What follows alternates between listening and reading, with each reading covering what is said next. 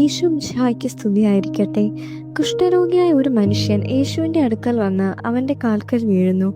അവൻ രോഗശാന്തി ആവശ്യപ്പെടുന്നില്ല.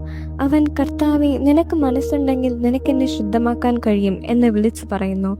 മറ്റാരും ചെയ്യാൻ ധൈര്യപ്പെടാത്ത കാര്യം യേശു കൈനീട്ടി അവനെ സ്പർശിച്ചു. എനിക്ക് മനസ്സുണ്ട്, നീ ശുദ്ധനാകുക എന്ന് പറയുന്നു. രോഗശാന്തിക്ക് മുമ്പ് അനുകമ്പയുണ്ട്, അത്ഭുതത്തിന് മുൻപ് സ്പർശനമുണ്ട്. യേശു മനുഷ്യന്റെ ഒറ്റപ്പെടലിലേക്ക് പ്രവേശിക്കുകയും അവന്റെ അന്തസ്സ് പുനഃസ്ഥാപിക്കുകയും ചെയ്യുന്നു.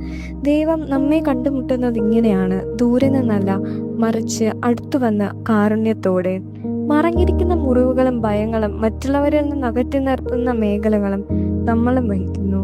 ഇന്ന് യേശു നമ്മെ അതേ സ്നേഹത്തോടെയാണ് നോക്കുന്നത്. നാം നമ്മുടെ ഹൃദയം തുറക്കുകയാണെങ്കിൽ അവന്റെ സ്പർശനം നമ്മുടെ വേദനയെ മാത്രമല്ല, നമ്മുടെ ഏകാന്തതയും ശുദ്ധീകരിക്കും.